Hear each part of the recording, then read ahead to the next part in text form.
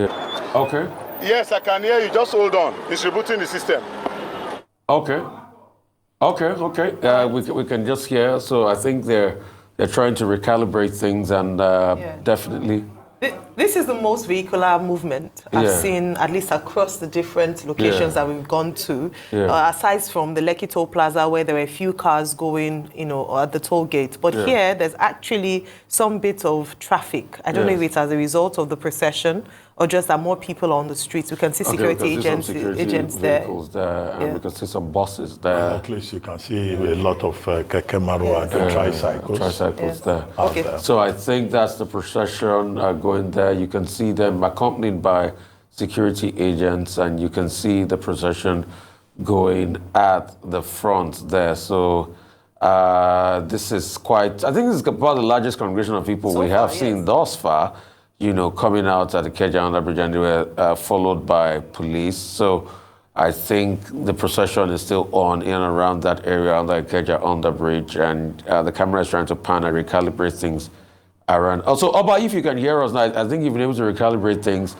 Oba, I know it's a very tedious one for you today, but if you're settled, take it away, my brother. Tell us what's going on. What are we seeing? Yes, we are in Ikeja right now. The protesters just left the popular Ikeja Underbridge, very close to the computer village, and it has been a marathon for us because we had to, run to catch up with them at every point in time that we're trying to set up this live. Now we had to pick, a tricycle to be ahead of them, to be where I am right now at the moment. So you can see them right behind me. They are trekking from here. Some say they are going to the Alausa Secretariat, that's the seat of government. Others say they are going from here to K2, but we are not sure what the route will look like until maybe we'll get to that junction there. But at the moment, they are singing all manners of protest songs, and you can see inscriptions on their placards. We need grant, not loans. That is one beside me here. I don't know if the camera can see it. We need study grant, not loans. That's talking about the recently launched government. Let me speak with one of the leaders of the protest here. His name is Comrade Declan. Declan, good morning. Thank you so much. You have been sweating? Yes, I need to. So tell me, what are your demands specifically? Our demands are very simple. Our demands are written in the faces of hungry Nigerians. Our demand is written on the faces of the streets of Nigeria. Now, what we have succeeded in doing this morning is to tell the government that you cannot hold the people back. In spite of all their court rulings, court judgment that they got, what we're saying is that they said they designated Ojota and K2, but before you move to K2 or Ojota, you must have a house. And an average Nigerian does not have a house. And so most of us slept under the bridge today, under the bridge of Ikeja, and that's our home. So we have just woken up from our house under the bridge, and we're moving to the place government has given us as our own flat. So we're moving to our own flat, to the accommodation given to us by the government.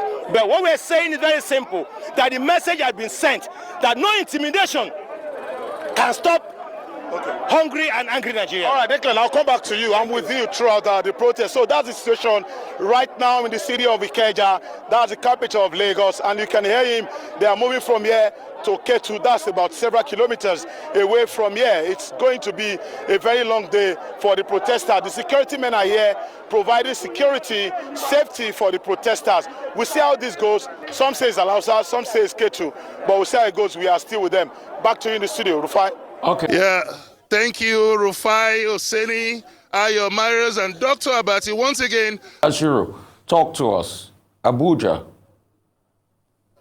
Yeah, thank you, Rufai, Oseni, Ayo Marius, and Dr. Abati. Once again, the situation is really getting tense as there is a flare-up of emotion, strong, passionate emotions here, and all is in a bid to secure a better future for the country. But of late, there is a bit of a misunderstanding between the protesters and the police based on the court judgment that gave a restrictive order for them to do it in a restricted area. So the commissioner of police is saying that the protesters should move into the stadium and not get across the streets to create an obstruction for the free flow of movements. So we have here the commissioner of police in Abuja, Mr. Ben Igwe, thank you for joining us on Arise News. What's the situation? There seems to be a misunderstanding earlier on. There is no misunderstanding. We have a court judgment on court ruling, court order on substituted service, which the barrister Deji Adeyanju is leading them, is aware of. The substituted service said that the order is that they should protest inside the stadium. And we requested that each group that we protest has to come to the police and notify the police. No group has notified the police. We only came here to see some people here, and we said, for the fact you have not notified us and you want to protest, follow the court order, which Deji Adeyanju, the barrister, is aware. The order said, protest inside the stadium. We are not stopping anybody from protesting, but look at how they are blocking the express road. And I said no, because where their right stops is where another man's own stops. Because as they are infringing into the right of way of people, is not good. They are equally trampling on other people's rights on passage. And that's why he said no, they should enter the stadium where the court has given order that they should enter inside. They should carry out their 1,000 pressmen and enter the stadium and protest. They can transmit it to 2,000 word press. I don't care. So, have you spoken with Mr. Deji Adeyanju on this? I have spoken with him. He said I should give him 3 hours for him to organize them to enter into the stadium. I'm giving him 3 hours. Okay. So, what are your plans today? I'm here. I am here. Okay. So, Dr. Ruben, Ayo, and Rufai, that is the situation. But can you ask him a question? Have any questions? Yes. Can you ask him? Can you ask him that in the event that the protesters refuse to go inside, because it's possible they may also not listen to Deji Adeyanju. He as a law enforcement officer and who is responsible for security in Abuja, what options are available to him in the case of recalcitrance on the part of the protesters? Okay, the commissioner, should the protesters refuse to go in because there is an obvious possibility of the protesters being recalcitrant, what are the options available for you? Then they are not law-abiding. It's not me that gave the ruling. It's court order. So what if they want to breach the court order, they are breaching the court order. It's not my order. It's not the order of the Inspector General of Police. It's not the order of anybody. So what will he it's do? The order of so what options are available? What will he do? So if they're doing it against court order, they know they are equally disobeying. So what are the consequences? They should know the consequence. Their barrister is here. You don't know the consequences? The barrister is here. He knows the consequence of disobeying court order. Okay, are you willing to tell us the consequence? I'm not willing to tell you because he knows the consequence. He's that is leading them. Okay, let's invite Barrister Deji Adeyanju. He's here, also here with us. We understand that the police commissioner has appealed to you, has spoken to you, that you should move the protesters inside, which is according to the court injunction. That's according to the police commissioner. What's your response to this? The protesters are at the stadium. Are we not in the national stadium? We are there. The court order says national stadium.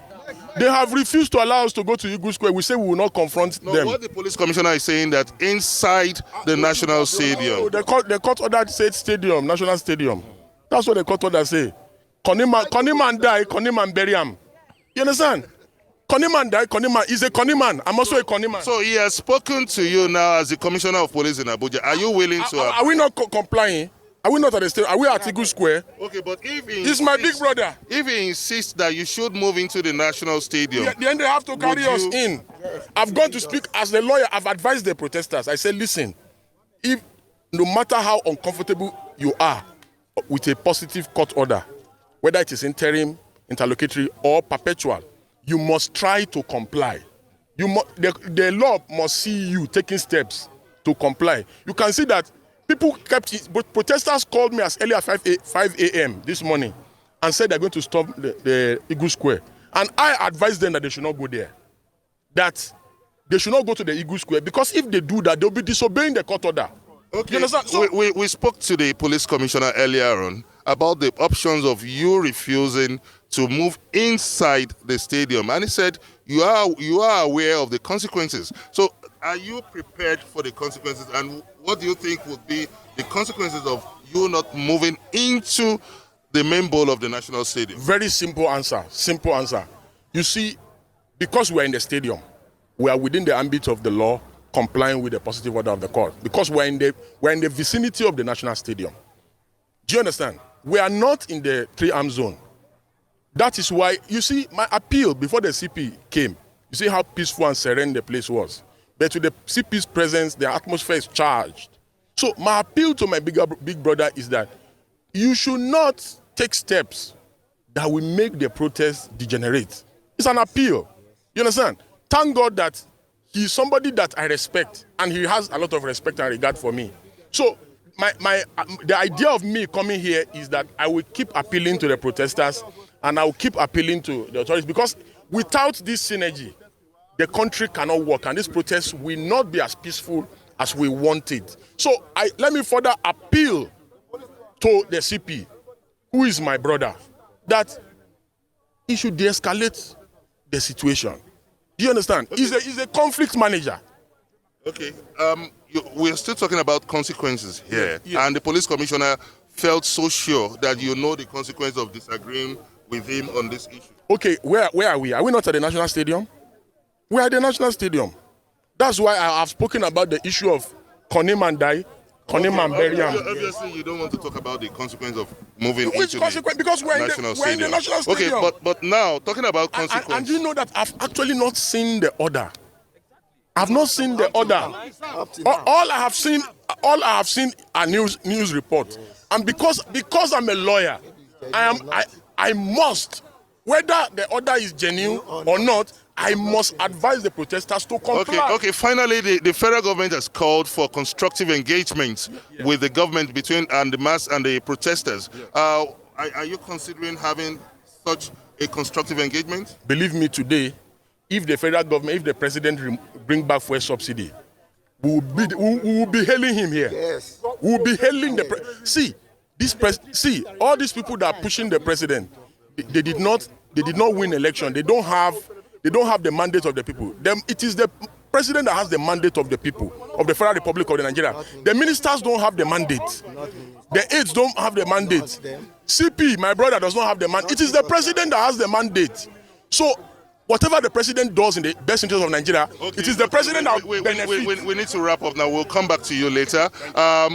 Talking about the mandate, is a lawyer and also the lead convener of this protest. And you have seen that there are clear demands which involves reversal of the fuel subsidy issue, the fuel subsidy situation, and also the need to end bad governance, and also to Elsa State. Great to have you. I trust you at Yenagoa. How is Yenagoa this morning? Yeah, Yenagoa is a bit more, activities are beginning to gel up with this protest coming up. We had some of the protesters coming around here, converging at the Tombia roundabout. This is one of the busiest locations in Bayelsa State. This is because of the fact that this place connects local government, some local government areas to Bayelsa State. We have seen quite an assemblage of protesters who are youths, and as you can see, they are moving around. They are going, from what I gathered, they are having their procession, and they are moving from here to the government house. But all around, we also have security. We also have security men who have been stationed around this whole environment. So it's quite busy. It's quite busy around this place right now as we speak. All right, Theophilus, it would be really good if you could speak to one of them, because I see the placards being carried by the protesters. One says cut spending in governance. Another says increase police salary. That is, they're asking for more money for policemen, and they're also asking that they cut cost of governance. Can you speak to anyone there at least to get what is it that the youths in Bayelsa are asking for? I didn't get you, Ayo. Okay, I was asking if you could speak to someone, because we see what's written on the placards. What are the youths in Bayelsa asking for? Can you speak to any of the protesters? The demands of the protesters, they are asking for improved quality of governance. They are asking for the reversal of the removal of fuel subsidy. They are asking for a unicameral legislation, and they are also asking for improvement in the welfare of Nigerians. Basically, they are asking for welfare, and they are asking for the government to restructure the country in such a way so that the people in this part of the country can breathe, to quote our president, Bola Ahmed Tinubu. Theophilus, the governor had intervened to say there is no public holiday and that people should go about their normal businesses. Are people out in government offices, in the markets, or they are staying at home? And then secondly, where is Asarido Kubo, who had said that nobody should come to the Niger Delta, otherwise they will collect wutu-wutu? Have you heard anything in that regard? Is there a group that is on the street saying, don't protest? Well, the Bayelsa State government has directed civil servants to be at their duty posts, and he has also told people to go about their lawful businesses, and this has happened. Even as the strike is going on, you can see people going about their businesses. You can see people moving around, traders, and all that. And at the secretariat, I was at the secretariat this morning before now, and there were people going into the secretariat, civil servants. So while this is going on, every other thing is happening around, and people are going about. It's like there's some level of how do I put it? Some level, people are not really connecting to the strike. I don't know whether this is as a result of the engagement that the governor has done with stakeholders. Like yesterday, the members of the youth community, members of the student community, I'm talking about the NANS, the National Union of Bayelsa Students, and the Niger Delta University. They came out to say that they will not be part of this protest.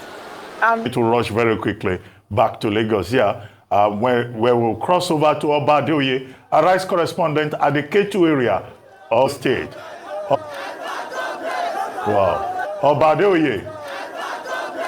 Wow.